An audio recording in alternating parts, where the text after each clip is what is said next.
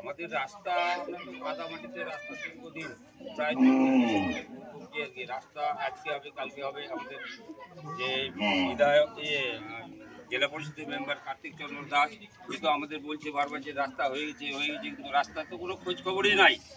আমরা এই কাদামাটি দিয়ে আর কতদিন চলবো? উচিরে যেন রাস্তা তাড়াতাড়ি এটাতে প্রাইমারি স্কুল, হাই স্কুল, মসজিদ, মাদ্রাসা, ঈদগাহ, তারপরে হেলথ সেন্টার সবাই কিছু এই রাস্তা দিয়ে আর সবাইকেই চলতে হয়। কবরস্থান বছর ধরেই এই কাদামাটি ধরেই আমাদের চলতে হয়। না হয়নি,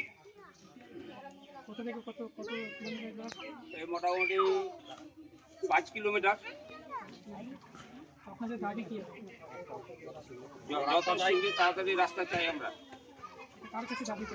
এটা আমরা বিধায়কের কাছে। হ্যাঁ, রাস্তা চাই।